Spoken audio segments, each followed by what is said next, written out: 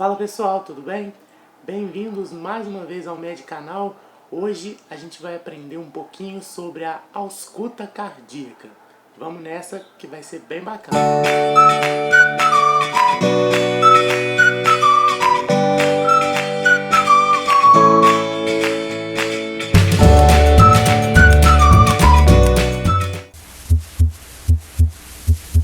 Pois é, pessoal, auscultar nada mais é do que ouvir os sons que o nosso corpo produz.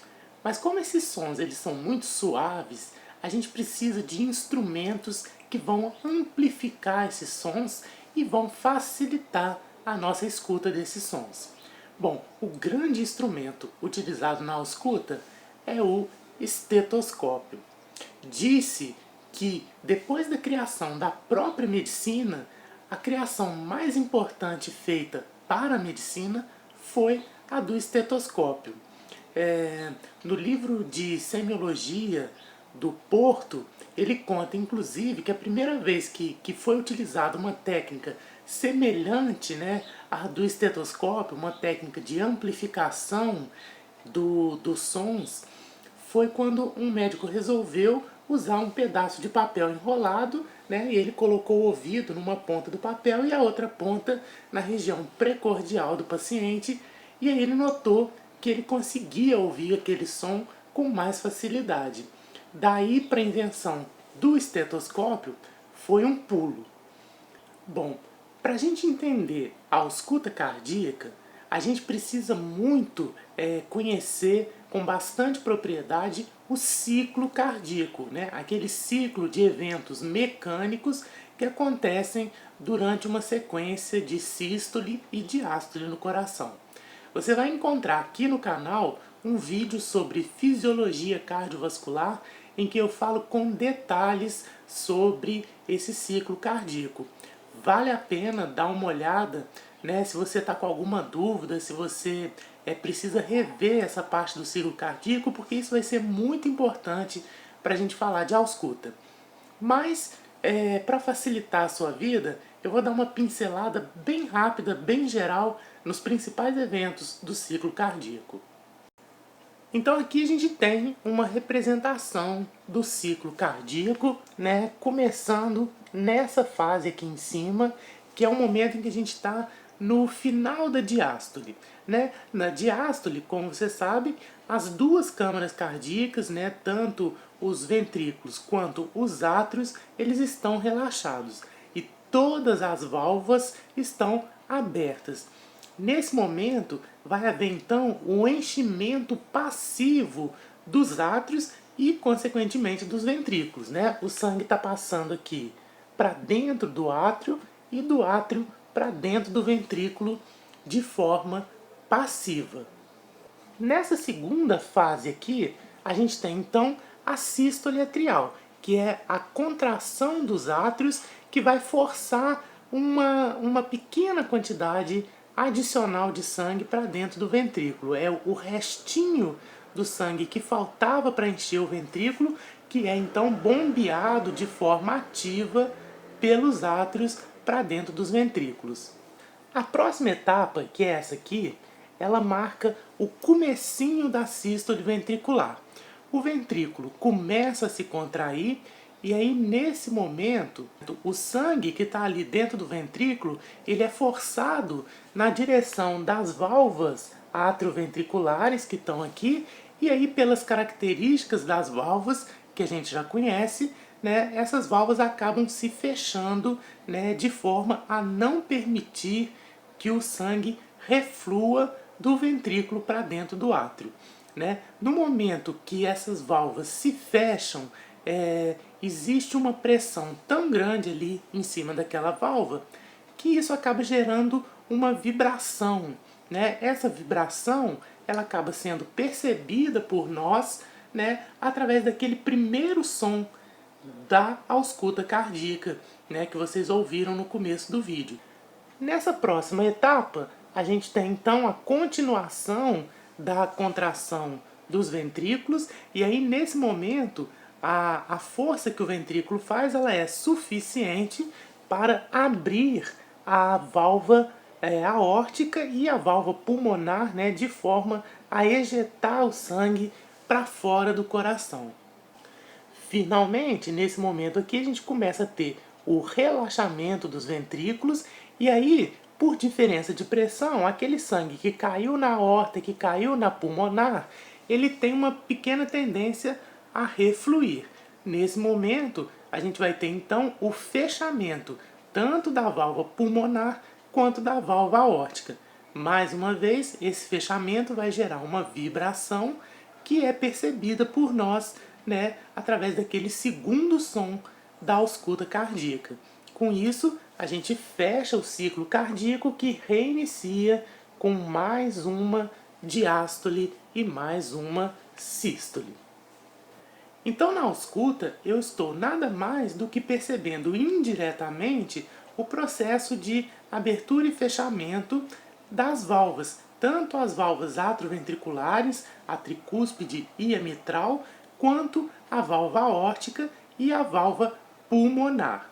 De forma que quando a gente tem aqueles dois sons, né, que a gente ouve na ausculta, que a gente costuma usar aquela onomatopeia, né, tum-tá, né? O tum seria o fechamento das válvulas atrioventriculares, enquanto que o tá seria o fechamento das válvulas aórtica e pulmonar. Mas como que eu vou saber aonde eu vou fazer a ausculta no paciente? Qual que é a referência que eu tenho para saber qual local do precórdio do meu paciente que eu vou colocar o diafragma do meu estetoscópio? Bom, existem alguns pontos, algumas áreas de ausculta que são usualmente utilizadas, porque nessas áreas você vai ter mais facilidade de ouvir certos sons e com isso fazer um diagnóstico mais completo. Então aqui eu vou mostrar para vocês agora as principais áreas de ausculta, né, que a gente convencionalmente usa. Se você olhar nessa figura aqui, esse ponto azul, nessa outra figura, né, o ponto marcado pela letra A, você vai notar que esse ponto ele está ao lado do externo, imediatamente abaixo da segunda costela. Portanto, a gente diz que essa área ela corresponde ao segundo espaço intercostal do lado direito. O segundo espaço intercostal direito vai ser a nossa primeira área de ausculta. Por outro lado, se eu for agora para o lado esquerdo, eu vou ter um outro ponto que está aqui em verde, aqui marcado pela letra B, que é o segundo espaço intercostal esquerdo. Vai ser então o nosso segundo ponto de ausculta. Essa grande área em vermelho aqui, que está aqui representado pela letra C, vai ser o meu rebordo external esquerdo. Nada mais é do que a borda esquerda, né, do externo. Esse vai ser outro ponto de ausculta. Por fim, um outro importante ponto de ausculta é esse que está marcado aqui pela letra D, e ele não está muito bem representado aqui nesse ponto amarelo, eu vou te dizer por quê. Esse ponto que fica mais ou menos no quinto espaço intercostal esquerdo, mais ou menos na chamada linha hemiclavicular, que seria uma linha que corta a clavícula ao meio, né? Esse seria a área de ausculta correspondente à ponta do coração, como a gente pode ver aqui pela letra D. Porém, nessa figura aqui, a ponta do coração tá voltada mais para baixo, né? Ela deveria estar mais ou menos fazendo isso daqui, né? De forma que esse ponto de ausculta, então, seria a minha ponta do coração. E como é que eu faço para encontrar esses espaços, né, topograficamente no meu paciente? É muito fácil e você pode encontrar esses pontos até em você mesmo. É só você fazer o seguinte: se você vier palpando aqui na região do seu pescoço, você vai ver claramente o local onde começa o seu osso externo, né? Você vai ver a borda external bem bem fácil de ser palpado aqui. Se você for descendo um pouco, você vai chegar num ponto, que no meu caso está bem aqui, que é um ponto onde você vai ter uma bifurcação. Você vai sentir que o osso ele faz um altinho, né? Vamos dizer assim. Você vai se lembrar que aqui a gente tem o ângulo external, né? E aí, se você simplesmente migrar um pouquinho para o seu lado direito, você vai sentir também, um pouco abaixo aqui, você vai sentir que você tem um espaço entre duas costelas. Aqui é o segundo espaço intercostal direito. Se agora você vier para o outro lado, você tem o segundo espaço intercostal esquerdo, né? Margeando aqui, né, todo o osso externo, a gente tem o rebordo external esquerdo. Finalmente, se você descer até o quinto espaço intercostal esquerdo, vai ser mais ou menos logo abaixo do mamilo, né, na linha hemiclavicular, e vai ser um ponto onde você consegue sentir o seu coração pulsando. Esse ponto é exatamente a ponta do coração. A gente tem ainda um outro ponto que é usualmente utilizado, que é logo abaixo do rebordo external esquerdo, que vai ser uma área que está do lado do processo chifoide do osso externo, que é por isso chamado de área parachifoide. Vale observar também que se você procurar em alguns livros, os nomes dessas áreas eles vão estar diferentes disso que eu estou falando aqui. Por exemplo, o segundo espaço intercostal direito, ele é chamado por muitos livros, como o Semiologia do Porto, por exemplo, de área aórtica. O segundo espaço intercostal esquerdo, ele vai ser chamado de área pulmonar. A ponta do coração, né, ela é chamada de área mitral. Porém, eu acho mais interessante a gente aprender, né, os nomes corretos das áreas. Primeiro porque é muito mais fácil de você localizar essas áreas, porque os nomes são explicativos. E depois a gente acaba tendo a impressão, quando eu falo, por exemplo, em área aórtica, que naquele local eu vou ouvir simplesmente os sons relacionados à aorta, quando não é o que acontece de fato. Então a gente acaba preferindo usar esses nomes que são descritivos da área de ausculta correspondente. Vamos agora conhecer um pouco melhor as bulhas cardíacas.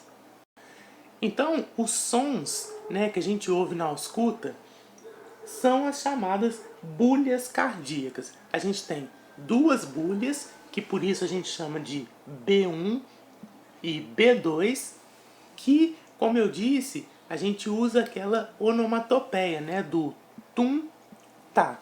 E aí as bulhas vão então se sucedendo, né, nos vários ciclos cardíacos numa sequência de tum-tá, tum-tá, tum-tá, tum-tá. É importante, durante a ausculta, ao mesmo tempo em que você ausculta o coração, você palpa um pulso da pessoa. Pode ser um pulso braquial, pode ser o pulso radial. Geralmente a gente tem uma preferência pelo pulso radial, que é um pulso mais fácil, mais cômodo, né, de se palpar. E aí você vai notar que o pulso ele vai estar entre um som e o outro da ausculta, imediatamente após um dos sons. E isso vai ajudar a gente a identificar qual que é cada um dos sons, né? De forma que o pulso ele vai estar sempre depois de B1, imediatamente depois de B1, antes de B2. Então, na hora que eu palpo o pulso, eu consigo sentir com clareza qual som eu estou ouvindo. Além disso, você vai notar que entre B1 e B2 eu tenho um intervalo que é maior do que o intervalo entre B2 e o próximo B1. O intervalo entre B1 e B2 eu chamo de intervalo sistólico, porque é o momento em que está acontecendo a sístole. Por outro lado, o intervalo entre B2 e B1 vai ser um intervalo diastólico. Vamos começar a ver então as características de B1 e B2, né? Começar a avaliar, né, B1 e B2 nos diferentes espaços. Antes disso, eu só queria dizer que a ausculta é um assunto bastante complexo, é um assunto bastante longo, com muitas nuances, e aí longe de mim esgotar tudo que tem para ser dito sobre a ausculta nesse vídeo. Esse vídeo ele visa dar uma introdução, né, à ausculta cardíaca e mostrar os principais achados, né, que a gente pode detectar numa ausculta cardíaca. Tanto uma ausculta normal como uma ausculta que vai detectar alguma patologia. Então a gente vai começar fazendo uma ausculta no segundo espaço intercostal direito.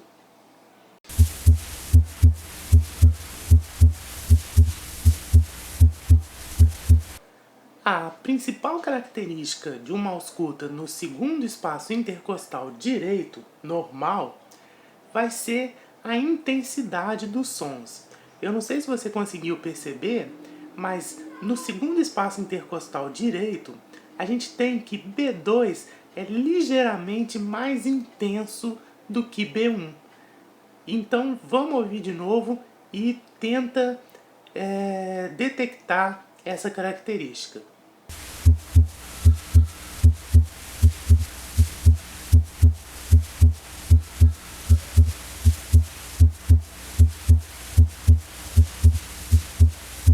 Viu só? Agora nós vamos ouvir uma ausculta feita na ponta do coração.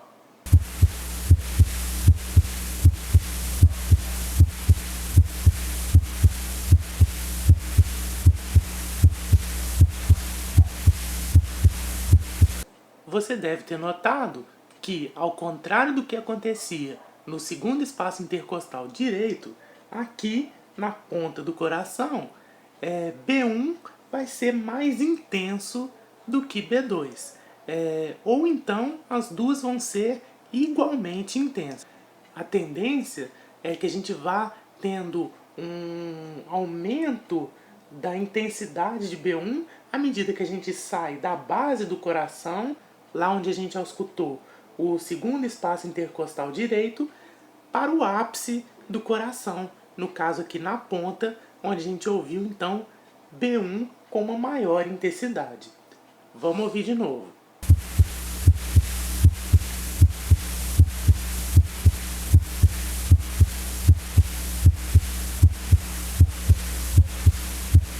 Isso vai acontecer justamente porque a partir do momento que a gente migra da base para a ponta do coração, a gente está ficando mais próximo do local onde vai haver a projeção do som gerado pela válvula mitral. Então, com isso, a gente ouve com mais intensidade B1, que é justamente o som relativo ao fechamento da válvula mitral.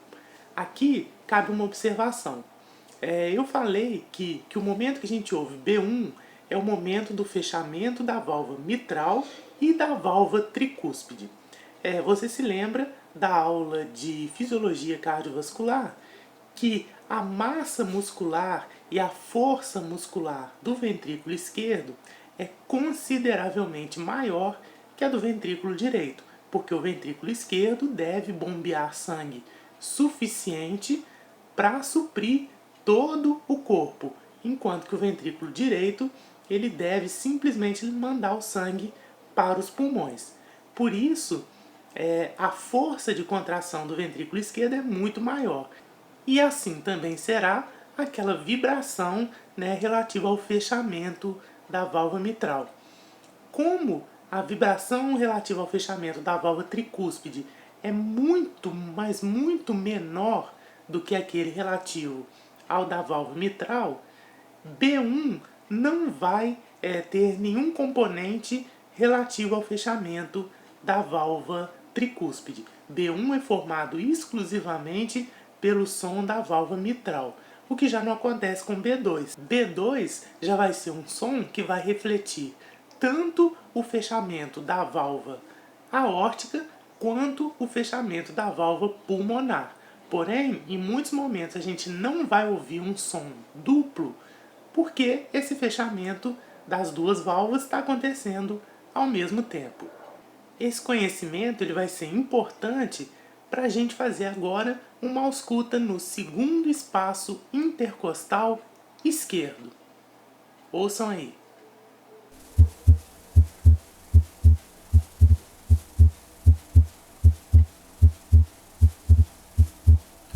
Notou alguma coisa de diferente?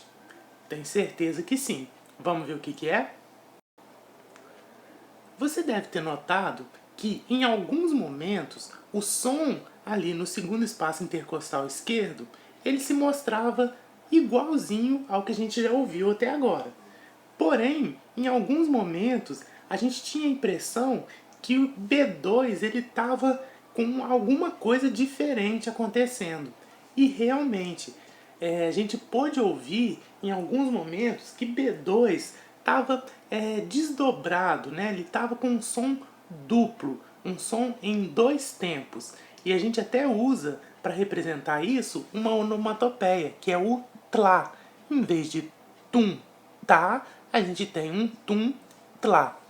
E você vai notar, enquanto você estiver auscultando o seu paciente nesse segundo espaço intercostal esquerdo, que alguns deles, isso não é obrigatório, nem todo paciente vai ter esse som duplo, mas alguns pacientes vão ter esse som duplo no momento da inspiração. Então é importante você estar auscultando, mas você também está percebendo a respiração do seu paciente. Como que o som está se comportando no momento da expiração e no momento da inspiração. E aí você vai notar que pode acontecer de, no momento da inspiração, esse som de B2 se modificar e virar um som desdobrado. É o chamado desdobramento inspiratório de B2.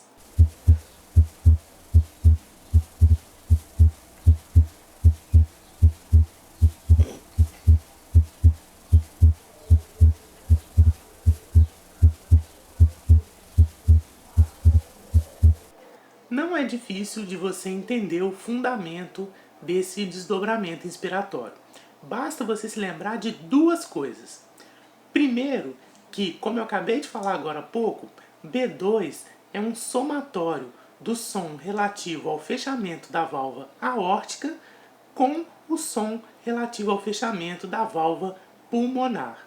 E aí, como eu disse, geralmente você vai ouvir B2 como um som único, simplesmente porque as duas válvulas se fecham simultaneamente. Então você vai perceber um único som. Outra coisa que é importante você lembrar é que o desdobramento só acontece durante a inspiração. E isso tem um motivo, porque na hora da inspiração pode acontecer da válvula pulmonar atrasar um pouquinho para se fechar. E aí o som do fechamento da válvula pulmonar já não vai estar tão coladinho no som de fechamento da válvula aórtica. E aí você já consegue ouvir um B2 desdobrado, porque você está ouvindo o fechamento da válvula aórtica e logo em seguida o fechamento da válvula pulmonar. E esse som ele é ouvido exclusivamente no segundo espaço intercostal esquerdo, porque é a área que está mais próxima da válvula pulmonar. Agora, uma observação muito importante é você observar com muita atenção se esse desdobramento está acontecendo realmente durante a inspiração. A gente vai ter casos que esse desdobramento ele vai ser um desdobramento invertido, que vai estar acontecendo durante a expiração. Nesse caso, a gente tem uma patologia e uma patologia importante. Geralmente, esse desdobramento invertido de B2 vai ser uma condição que vai aparecer quando o paciente tiver um bloqueio de ramo esquerdo no feixe de condução elétrica do coração. Bom, até agora a gente está ouvindo sons que são sons fisiológicos, né? Tirando o desdobramento invertido de B2, tudo que a gente ouviu é presente em um coração normal. Agora, vamos começar a ouvir alguns sons que são sons patológicos. Vamos começar por esse aqui.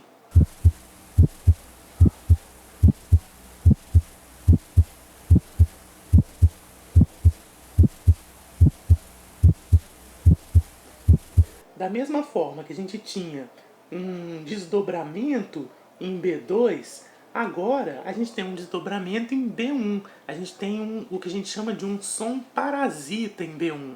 Né? É um som que está além do som normal de B1. E aí, esse som parasita de B1 é muito fácil da gente raciocinar o que está acontecendo. Vamos pensar aonde que está B1. E aí você vai perceber que nesse ciclo que a gente está representando aqui, B1 vai estar nesse ponto aqui, né? Que é o ponto onde a gente vai estar tendo o fechamento das válvulas atrioventriculares, mais especificamente da válvula mitral.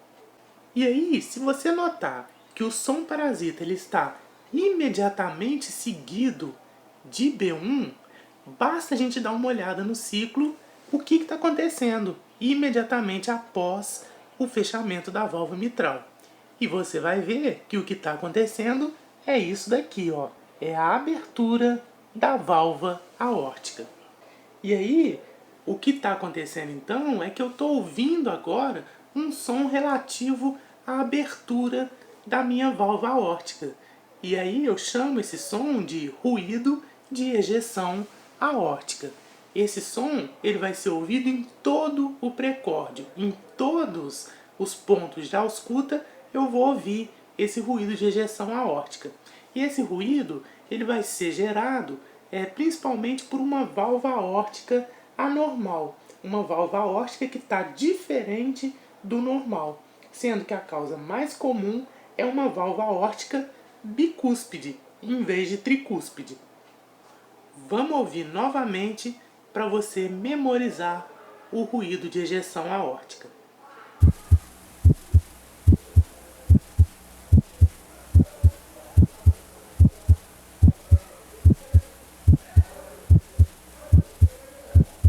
Sem demora, vamos ouvir mais um som, dessa vez no segundo espaço intercostal esquerdo. Ouve aí.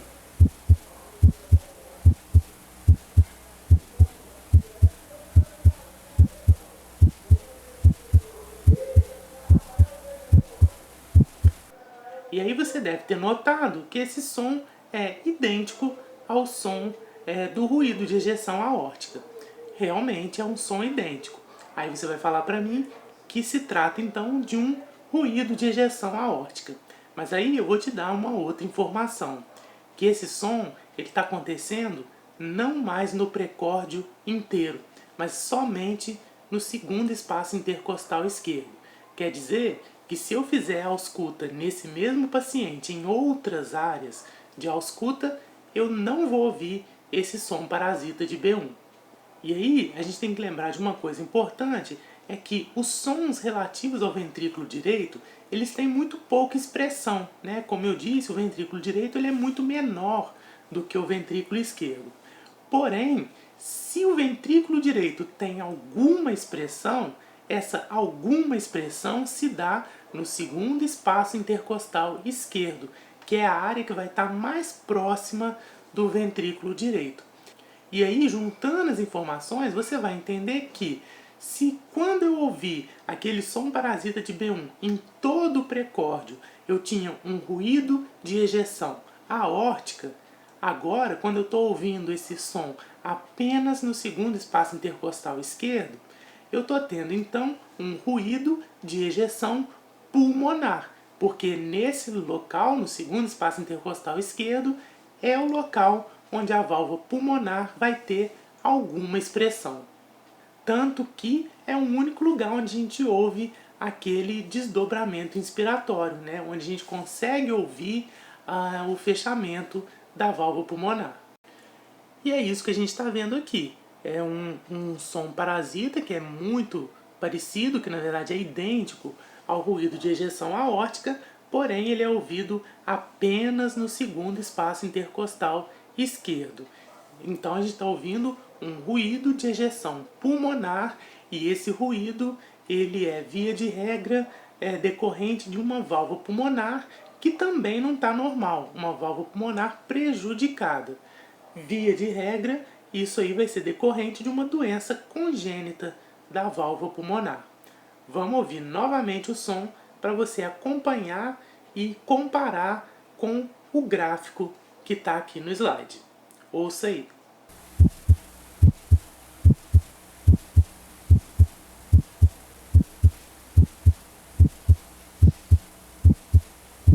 Tá dando para acompanhar? Vamos continuar então, sem desanimar, ouvir mais um som. Vamos nessa.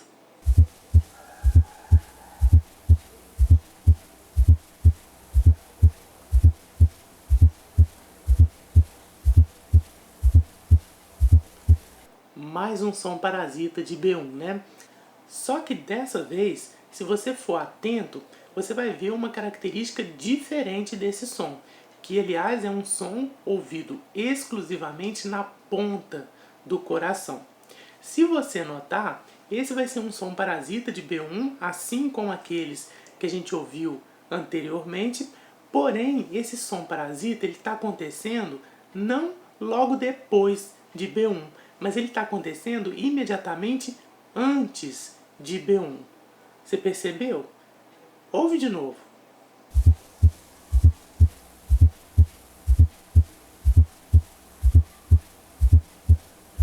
Viu só?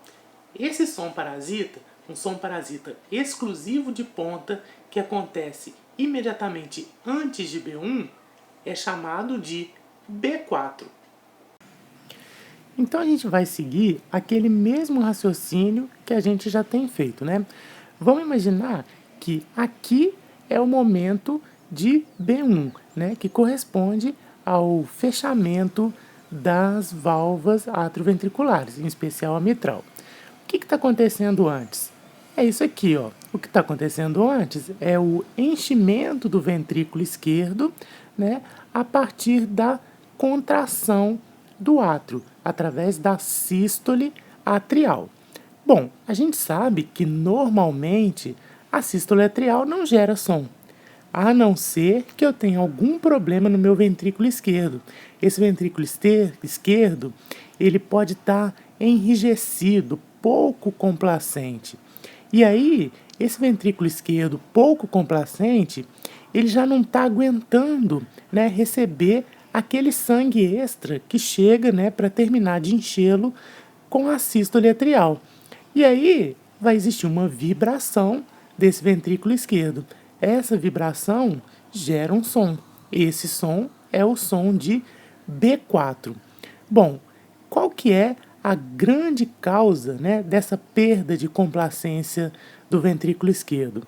A principal causa é a hipertrofia desse ventrículo.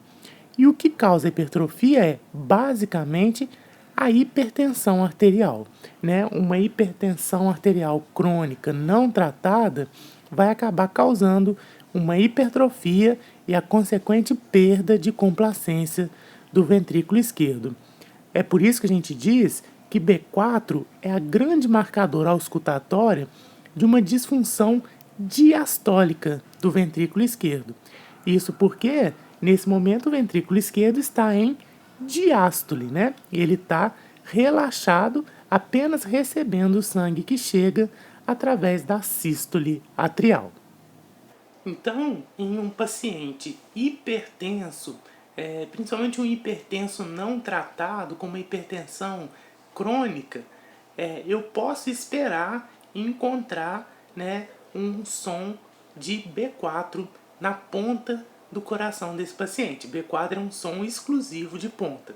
E aí esse som é um som característico de uma hipertrofia ventricular, que é causada principalmente por uma hipertensão não tratada. Ok? Então agora vamos ouvir outro som novamente na ponta do coração.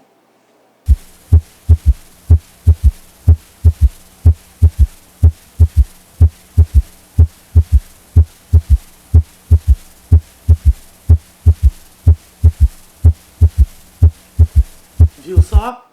Agora a gente tem um som parasita não mais de B1, mas um som parasita de B2. Eu sei que esse é um som parasita e não o desdobramento inspiratório fisiológico, né, de B2.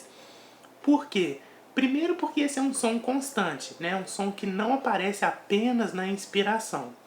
E depois, e principalmente, porque o desdobramento inspiratório é um som exclusivo de segundo espaço intercostal esquerdo.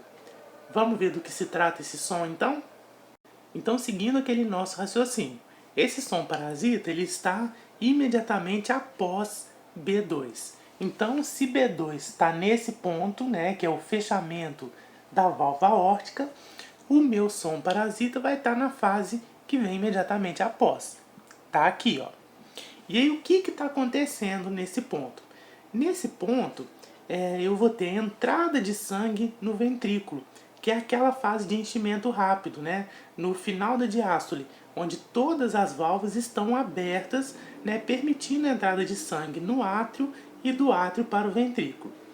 Se nesse momento eu tiver um ventrículo esquerdo dilatado, na hora que o sangue cai ali no ventrículo esquerdo, eu vou ter geração de um som, né, que vai fazer aquele ventrículo que vai estar aumentado, que vai estar flácido, ele vai estar sem capacidade contrátil, né? Isso vai gerar um som. Então eu digo que esse som, que é um som que eu chamo de B3, ele é um marcador de função sistólica do ventrículo esquerdo. Porque um ventrículo com essas características, um ventrículo flácido, um ventrículo pouco contrátil, ele não consegue ter uma sístole adequada. Então eu tenho uma disfunção sistólica. Essa disfunção sistólica ela vai ser o resultado de uma grande agressão que aquele coração vai estar sofrendo, decorrente, por exemplo, de uma insuficiência cardíaca. Uma consequência importante dessa doença é que, como esse ventrículo está com dificuldade de bombear o sangue, acaba que fica um pouco de sangue parado ali no ventrículo, né? Fica um sangue em estase. Sangue parado tende a coagular. E aí pode haver ali a formação de um trombo. E esse trombo, eventualmente, ele pode ser bombeado para fora do coração pelo ventrículo, virando então um êmbolo. Esse êmbolo, ele pode parar, por exemplo, lá no cérebro, lá na cabeça, em uma das artérias que suprem o cérebro, gerando assim um acidente vascular encefálico isquêmico. Vamos ouvir mais um som então.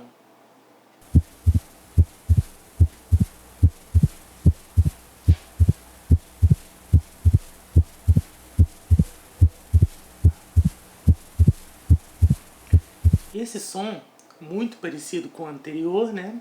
É um som também parasita de B2 e é um som que eu não ouço apenas na ponta do coração, mas eu ouço também no rebordo external esquerdo e na área tifoide.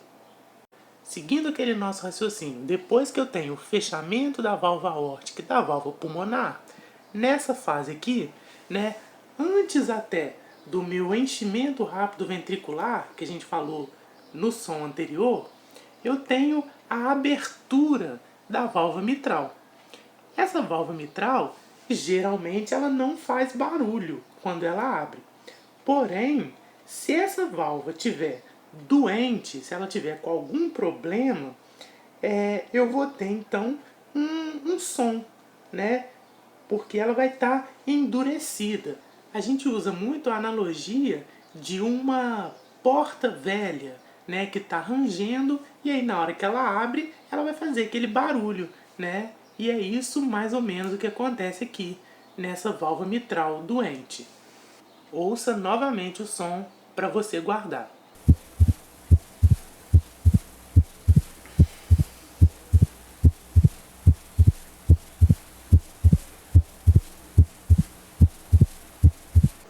Vamos ouvir agora mais um som.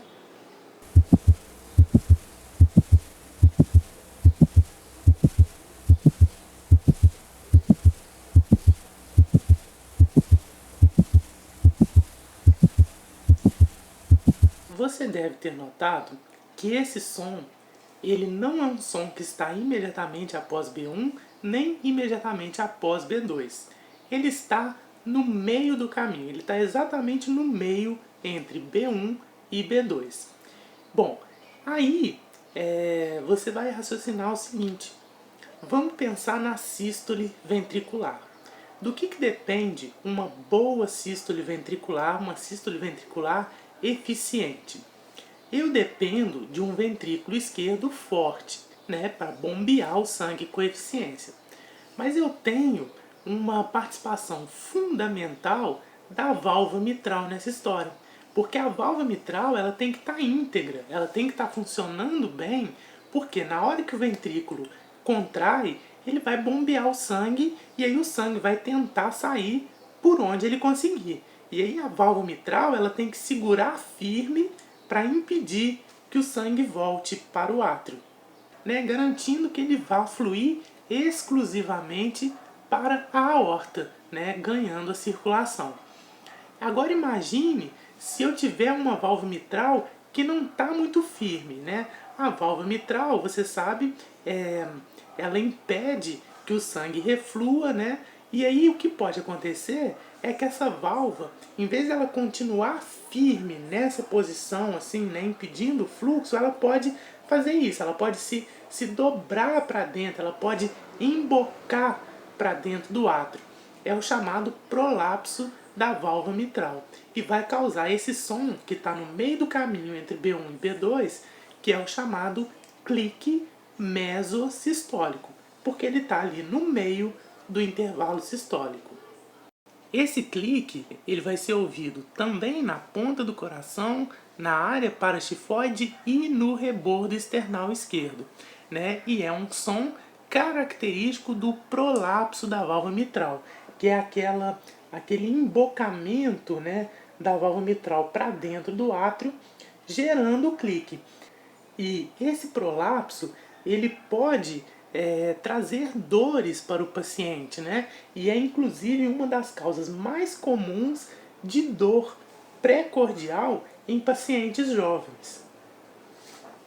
A gente costuma comparar esse prolapso da válvula mitral a uma situação que você deve conhecer. É essa daqui, né? É um guarda-chuva que acaba invertendo, né, com o vento.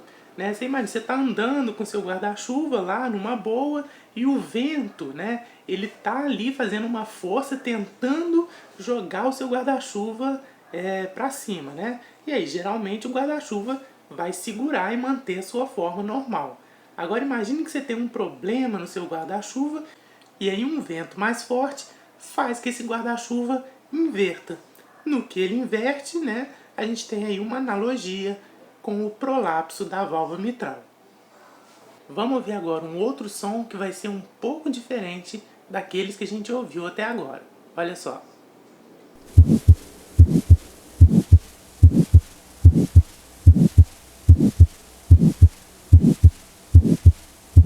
Estranho, né? Não parece que tem alguma coisa soprando no meio da sua ausculta? E é justamente isso, é um sopro. E se você prestar bastante atenção, você vai ver que esse sopro ele está entre B1 e B2. Ora, entre B1 e B2, intervalo sistólico. Eu tenho então um sopro sistólico. Mas o que é um sopro? Um sopro é um som que eu vou escutar toda vez que eu tiver alguma alteração do fluxo sanguíneo. Tá? Então, geralmente, o fluxo sanguíneo é um fluxo laminar, né? É um fluxo que acontece sem grandes problemas, sem muito atrito. Porém, se eu tiver alguma condição que estiver alterando esse fluxo, fazendo com que esse fluxo seja agora turbilhonado, seja um fluxo não laminar, eu vou ter um som decorrente desse turbilhonamento. Esse som é o sopro. E eu vou ter dois tipos de sopro, basicamente. Eu vou ter um sopro de ejeção e um sopro de regurgitação. O sopro de ejeção, e aí eu vou falar de forma muito simples Só para você entender, o sopro de ejeção é quando o sangue está passando normalmente pelo lugar por onde ele tem que passar. Então ele está sendo ejetado para circulação, por exemplo. Porém, ele vai passar por um ponto, por algum lugar, onde, por algum problema, ele não vai passar de maneira laminar por aquele local, gerando o som do sopro. Por outro lado, eu vou ter um sopro que é um sopro de regurgitação. Nesse caso, eu vou ter um som gerado pelo retorno do sangue para um local para onde ele não deveria estar voltando, né? A gente sabe que o fluxo do sangue ele é unidirecional. E aí, quando eu tenho um sopro de regurgitação, eu tenho alguma condição que está fazendo com que o sangue volte para um compartimento por onde ele não deveria estar passando. Vamos ouvir de novo esse som que a gente ouviu do sopro, mas agora eu quero que você esqueça do sopro e ouça o que mais está acontecendo nessa ausculta. Ouve aí.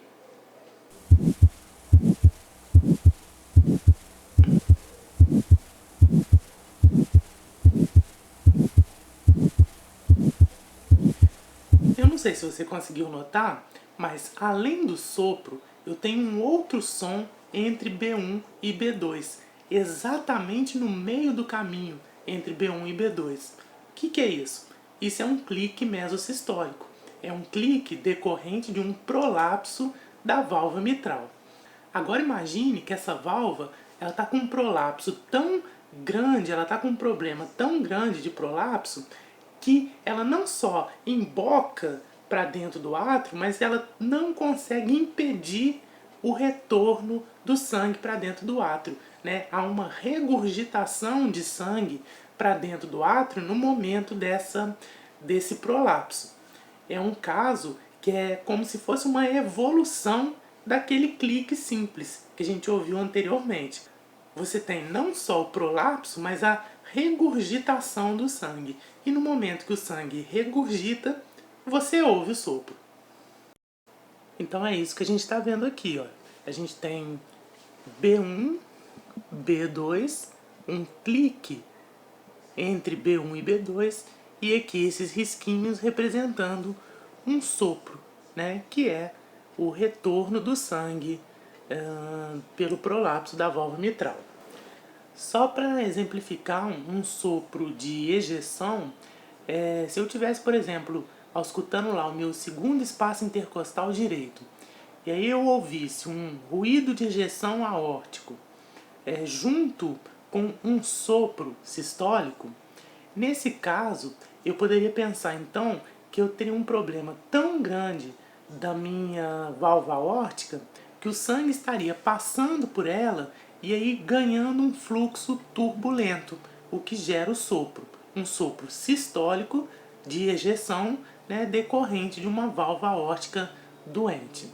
Vale lembrar que eu estou falando aqui de sopro sistólico, mas eu posso ter também um sopro diastólico, que é menos comum, mas existe. Então, com isso, a gente termina de ver o que são os principais achados, né, de uma ausculta cardíaca. A gente viu sons parasitas em B1, sons parasitas em B2, a gente viu sons que estão entre B1 e B2, e agora a gente vai fazer uma revisão para você conseguir diferenciar esses sons. Vamos nessa? Então veja bem, eu fiz aqui uma lista com as principais anormalidades que a gente destacou nesse vídeo.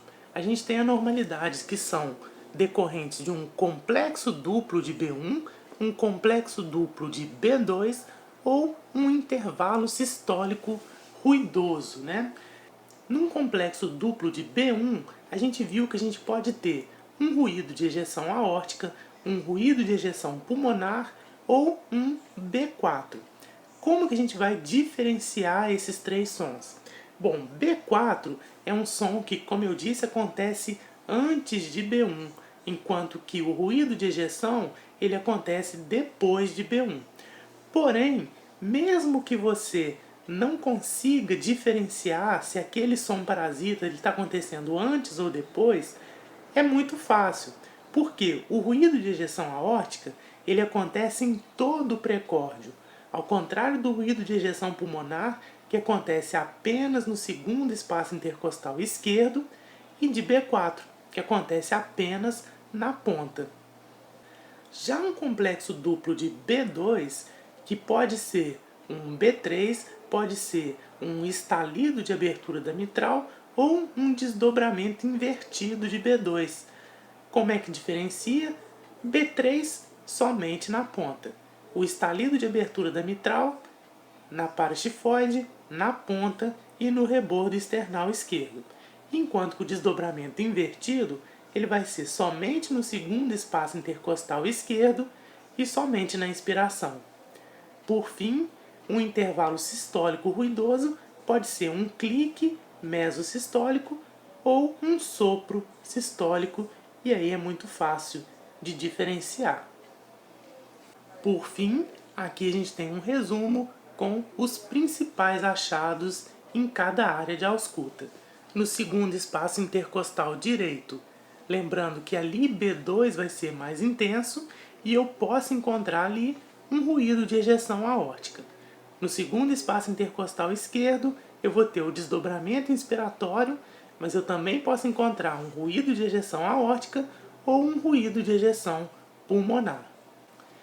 E aí, rebordo external esquerdo, área xifoide e ponta são áreas onde eu posso achar ruído de ejeção aórtica, estalido de abertura de mitral e clique mesosistólico. Lembrando que nas áreas paraxifoide e na ponta, que são áreas mais perto, do ápice do coração, B1 já será mais intenso do que B2.